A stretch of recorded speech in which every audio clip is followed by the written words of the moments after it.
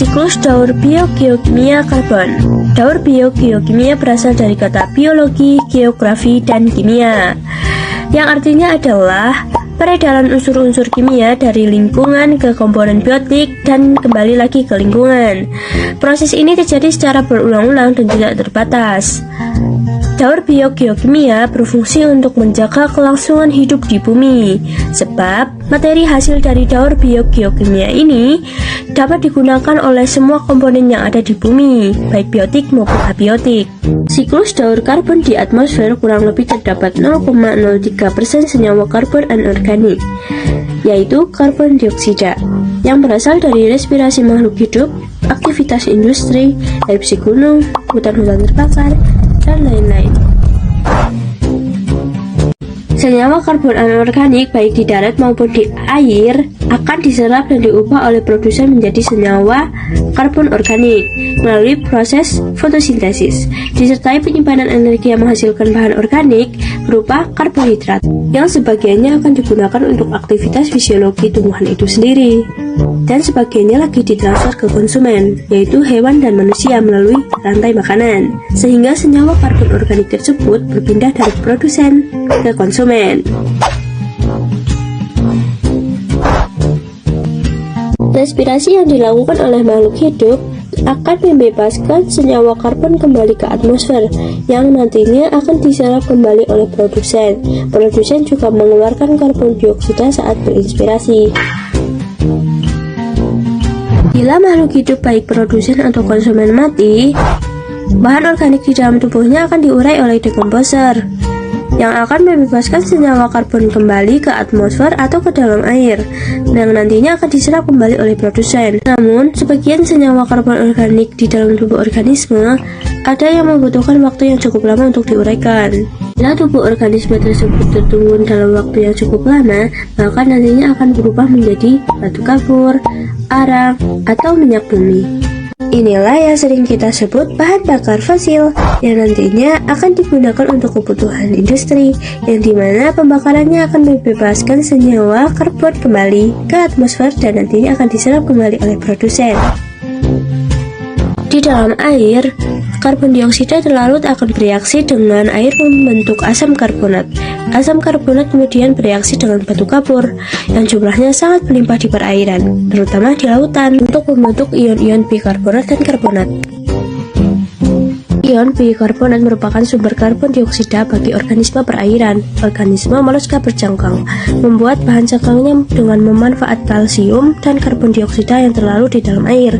Bila hewan tersebut mati, maka cangkang akan hancur dan membebaskan karbon dioksida kembali ke udara, yang nantinya akan diserap kembali oleh produsen. Begitulah kira-kira siklus karbon. Saya Widiani Azahra, sekian, terima kasih. Selanjutnya, saya akan menjelaskan tentang daur air atau bisa disebut dengan siklus hidrologi. Water cycle ini memiliki beberapa tahapan, yaitu evaporasi, kondensasi, presipitasi, transpirasi, dan runoff. Yang pertama ada evaporasi. Evaporasi adalah proses di mana air yang ada di laut, rawa, sungai, atau sumber mata air lainnya menguap karena adanya pemanasan dari sinar matahari. Dalam hal ini, air diubah menjadi uap air atau gas, sehingga bisa naik ke atmosfer. Yang kedua ada proses kondensasi. Proses kondensasi adalah proses di mana berubahnya uap air di atmosfer menjadi partikel es yang sangat kecil di suhu rendah. Partikel es tersebut saling mendekat satu sama lain, sehingga akan menggumpal sebagai awan. Yang ketiga ada proses presipitasi.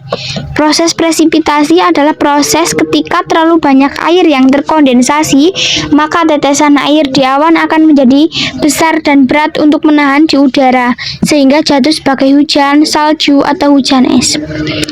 Yang keempat ada transpirasi. Transpirasi adalah proses di mana proses ini hampir serupa dengan evaporasi, hanya saja proses penguapan ini terjadi pada jaringan makhluk hidup, seperti tumbuh-tumbuhan.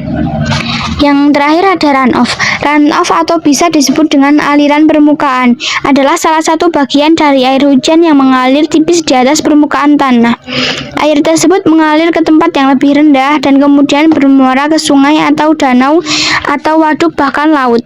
Pada akhirnya air tersebut akan terevaporasi lagi.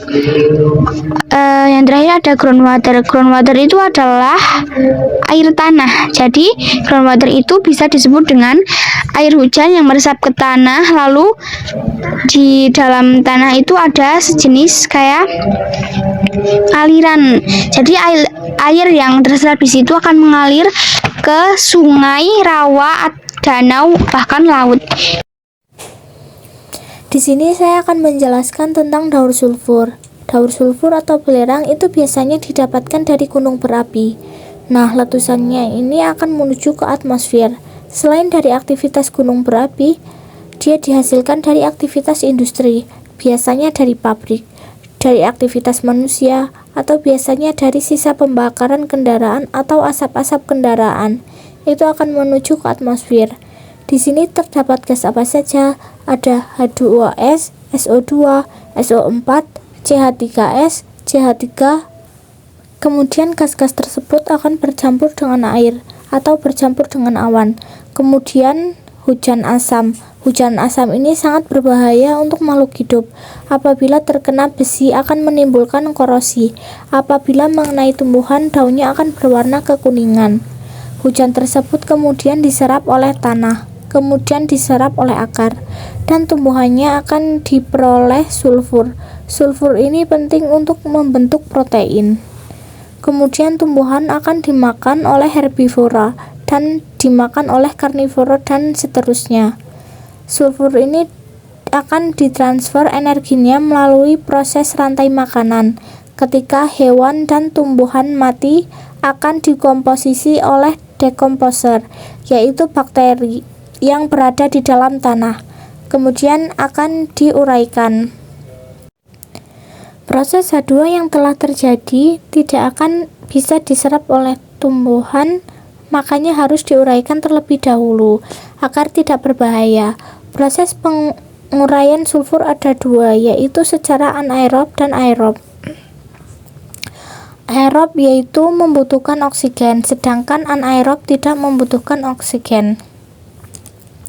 Di sini saya akan menjelaskan pengertian dari anaerob dan aerob. Anaerob adalah sulfur yang berubah menjadi hidrogen sulfida yang nantinya akan sangat beracun, biasanya terkandung dalam magma. Sedangkan aerob adalah hidrogen sulfida akan diubah menjadi sulfur organik yang akan diserap oleh tumbuhan, karena sulfur organik ini yang dibutuhkan oleh makhluk hidup. Proses dari H2S menuju SO4 akan timbul yang namanya oksidasi. Proses oksidasi dibantu oleh bakteri yang bernama Thiobacillus. Sedangkan yang sulfur organik akan diubah menjadi hidrogen sulfida. Prosesnya dinamakan reduksi, melibatkan bakteri yang bernamakan Desulfomaculum dan Desulfibrio.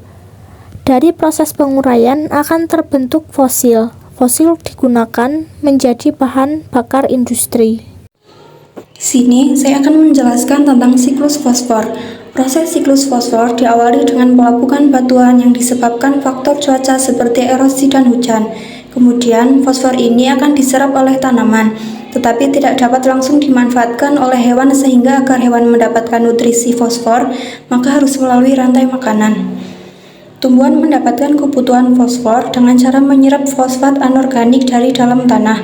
Kemudian, hewan memakan tumbuhan yang menyerap fosfat anorganik. Tumbuhan dan hewan yang telah mati, jasadnya akan diuraikan oleh dekomposer berupa bakteri.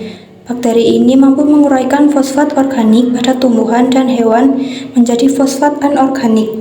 Hasil dari penguraian tersebut, sebagian akan dimanfaatkan kembali oleh tumbuhan dan sebagainya lagi akan terlarut dalam air.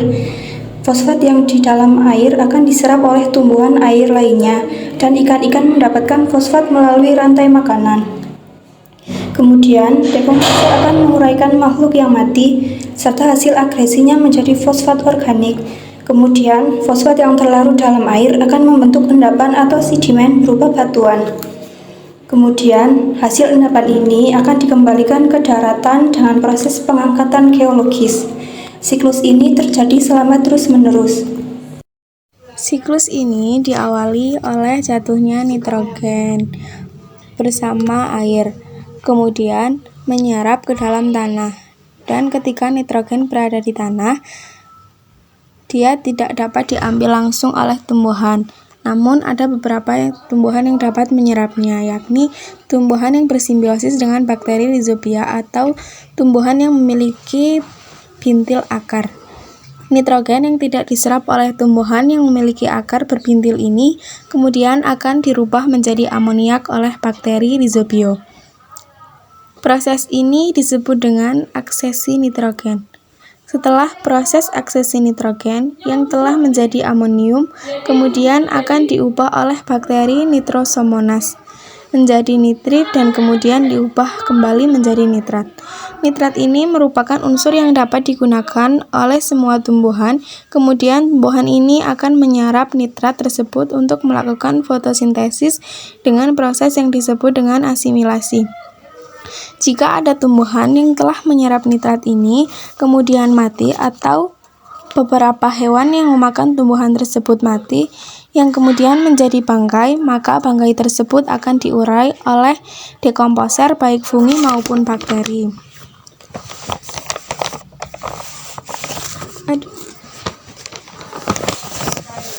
Hasil penguraian tersebut akan menjadi amonium.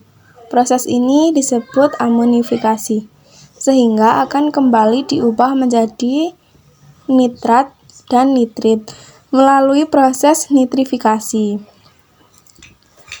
Nitrat yang tersisa atau nitrat yang tidak diserap oleh tumbuhan untuk melakukan fotosintesis akan diubah menjadi nitrogen bebas oleh bakteri benitrifikasi.